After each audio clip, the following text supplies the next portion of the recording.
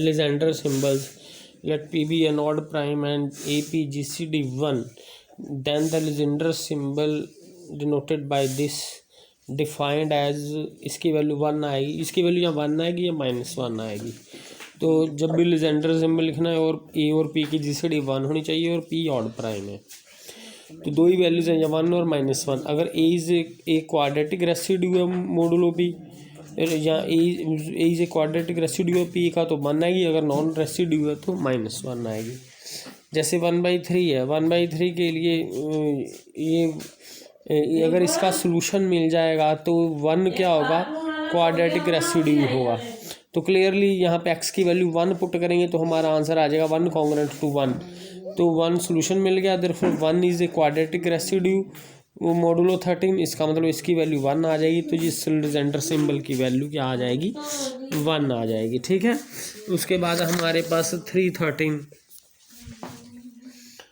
इसका अगर सोल्यूशन मिल जाए तो क्लियरली 4 इसका सोल्यूशन मिल जाता है। 16 - 3 होता है 13, तो 13 इन दोनों के डिफरेंस को डिवाइड कर देगा।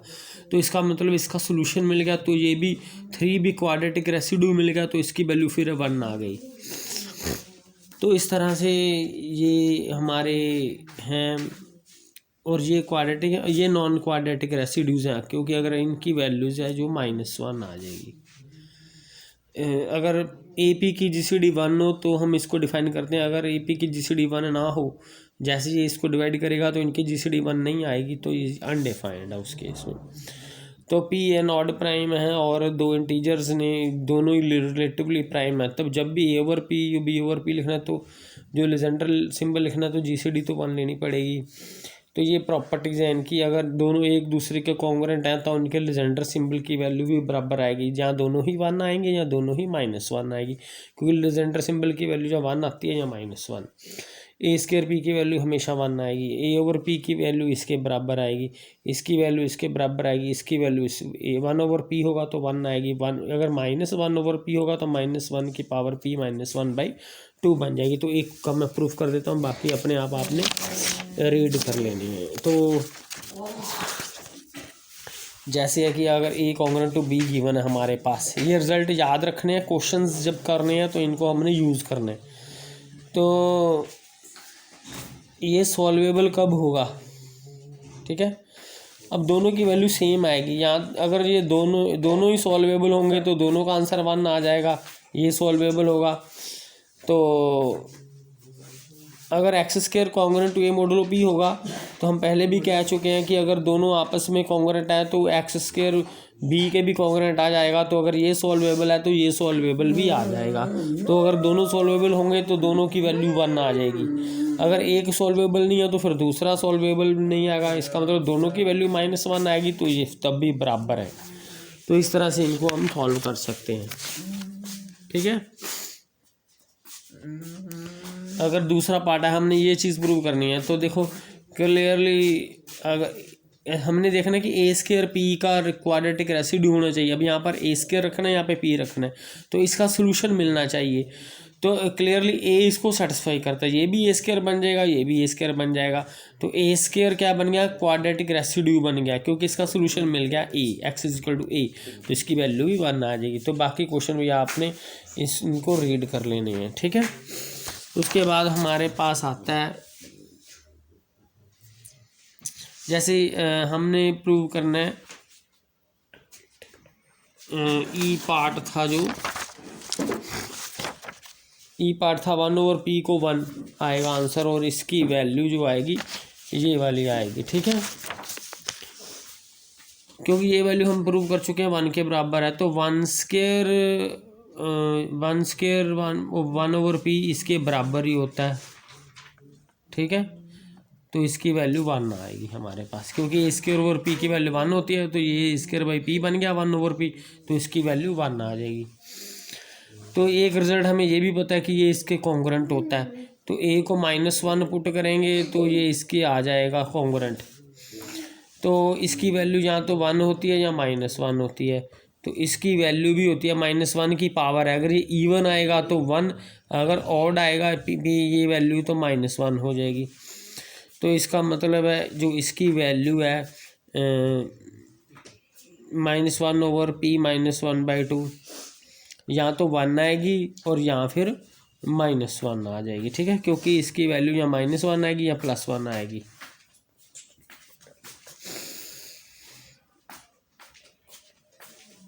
तो इसकी वैल्यू 1 और -1 है, इसकी वैल्यू 1 और -1 है, तो इसकी वैल्यू क्या आ जाएगी -1 ओवर, अब दोनों की वैल्यूज बराबर आ जाएंगी, ठीक है, क्योंकि ये मोडुलो पी है, क्योंकि इसकी वैल्यू भी 1 आनी है, इसकी वैल्यू भी 1 आनी है, या -1 आनी है या -1 आनी है, दोनों पी से छोटे हैं, तो इसका मतलब ये तभी कॉन्ग्रुएंट होंगे इसके, अगर दोनों की वैल्यू बराबर आएगी तो इनको इनके बराबर ही हमें रखना पड़ेगा। तो नेक्स्ट क्वेश्चन है हमारे पास ये वाला, -1/p की वैल्यू या 1 आएगी -1 आएगी, अगर 1 आएगी तो ये ऐसे होगा, -1 होगी तो p3 के कॉन्ग्रुएंट होगा। तो इसका आंसर यहाँ से हमें मिल गया कि ये इसके बराबर है, ये हमने लिख लेना है। अब इसकी वैल्यू 1 कब आएगी, अगर इसकी वैल्यू 1 होगी, इसकी वैल्यू 1 कब होगी, अगर ये पावर इवन होगी, अगर ये पावर इवन होगी तो -1 की पावर इवन, तो आंसर 1 बन जाएगा। इवन होगी तो कोई 2k होगा, ये इसको हम ऐसे 4k लिख सकते हैं। तो अगर p को 4 से डिवाइड करेंगे तो 1 आता है इसका रिमाइंडर, तो इसको कांग्रेस में ऐसे लिख सकते हैं, p को 4 से डिवाइड करते हैं तो ये रिमाइंडर आ जाता है 1, तो इसका मतलब इसकी वैल्यू 1 आएगी तो p इसके बराबर होगा, p इसके कॉन्ग्रुएंट होगा, ठीक है। इस तरह इसकी वैल्यू -1 आएगी, इसकी वैल्यू -1 कब आएगी, अगर इसकी वैल्यू -1 आ गई, इसकी -1 कब आएगी, जब ये ऑड होगा, ठीक है, तो ये ऑड होगा तब, अगर ये ऑड होगा तो ये 2k + 1 ऑड नंबर के बराबर होगा। यहाँ से इसको सॉल्व करके ऐसे कर सकते हैं, ये इसको कांग्रेस में कैसे लिख सकते हैं, p को 4 से डिवाइड करते हैं, रिमाइंडर 3 है, तो p को कॉन्ग्रुएंट टू 3 आएगा मोडुलो 4 से डिवाइड करेंगे p को तो रिमाइंडर 3 आ रहा है, तो यही हमने प्रूव करना था। अगर -1 वैल्यू आएगी तो ये वाला आंसर हमारे पास आ जाएगा। नेक्स्ट हमारे पास है ये, हमने देखना है कि ये सॉल्वेबल है, ये सॉल्वेबल कब होएगी, जब इसका जो लेजेंडर सिंबल होगा ये 1 के बराबर आ जाएगा तो ये सॉल्वेबल होगा, क्योंकि हमने तो यही डिफाइन किया है ना कि जो लेजेंडर सिंबल 1 तब आता है अगर ये -46 इसका क्वाड्रेटिक रेसिड्यू होगा, तो ये सॉल्वेबल बन जाएगा। तो हाँ, हमने सॉल्व करना है इसकी वैल्यू 1 आ रही है कि नहीं, हमने देखना है। तो ये तो प्राइम नंबर है p और ये a है, दोनों की GCD 1 है, तो लेजेंडर सिंबल की वैल्यू हम सॉल्व करेंगे। तो ऊपर हमने जो ऊपर बड़ा नंबर है तो 17 से डिवाइड कर देना है, ये आपने ख्याल रखना है। जब 17 से इसको डिवाइड करेंगे, जब तक बड़ा नंबर है तब तक डिवाइड करते जाना है, तो इसका रिमाइंडर आ जाएगा 12, क्योंकि 46 को 17 से डिवाइड करेंगे तो 12 रिमाइंडर बचता है, ये 34 आएगा ना। 46 को 17 से डिवाइड करेंगे तो ये 12 रिमाइंडर बच जाएगा, तो यहाँ पर हम 12 पुट कर देंगे, ऊपर रिमाइंडर लिखने हैं। तो अभी इसको ऐसे लिख सकते हैं -1 × 12/17, तो ये फार्मूला लगा के इनको ऐसे अलग अलग लिख सकते हैं। अब हमने इसको इसके बराबर कर दिया, अब इसको सॉल्व करना है हमने, इसको ऐसे लिख सकते हैं, तो ये फार्मूला लग जाएगा, इसको ऐसे लिख सकते हैं, ठीक है। अब इसको फिर ये फार्मूला लगेगा, इनको अलग अलग करके लिख सकते हैं।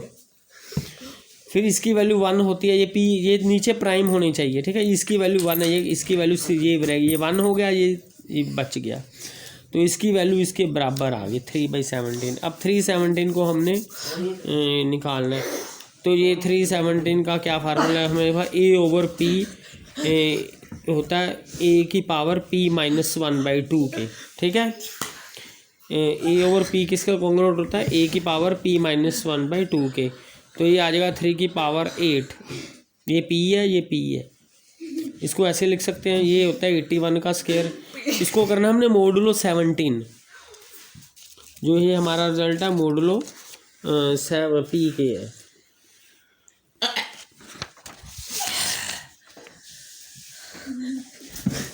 फिर उसके बाद है हमारे पास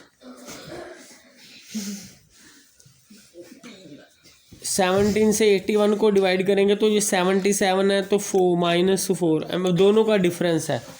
जैसे 81 है, इसको ऐसे भी लिख सकते हैं, मोडुलो 17, दोनों का डिफरेंस 85 आ जाएगा, तो 17 उसको डिवाइड कर देगा। हम ये फार्मूला लगा रहे थे।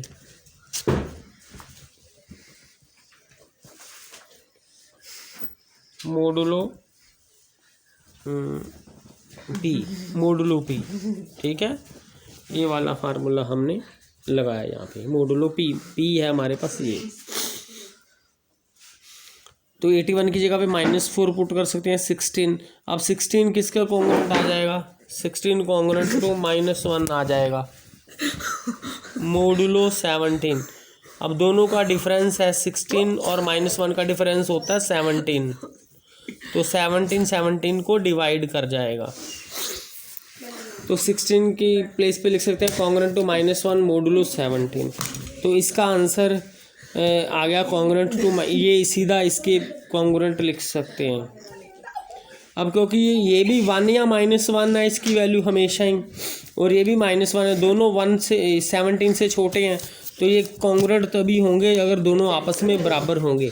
जब छोटे नंबर होते हैं ना 17 से या किससे भी, ये दोनों नंबर, तो कॉन्ग्रुएंट तभी होते हैं जब बराबर होते हैं, क्योंकि इसकी वैल्यू भी 1 आती है या -1, तो इसका मतलब ये आपस में बराबर होने चाहिए। इसका मतलब 3/17 की वैल्यू क्या होगी? -1 आ गई। अगर इसकी वैल्यू -1 आ जाएगी तो इसकी वैल्यू इसके बराबर थी, ये -1 है तो ये -1 आ गई। तो अगर ये -1 है यहाँ पे पुट कर देंगे, ठीक है, तो इसकी वैल्यू -1 आ गई और ये आ गया, -1 आ गई। और जो इसका फार्मूला होता है, ये वाला फार्मूला है हमारे पास,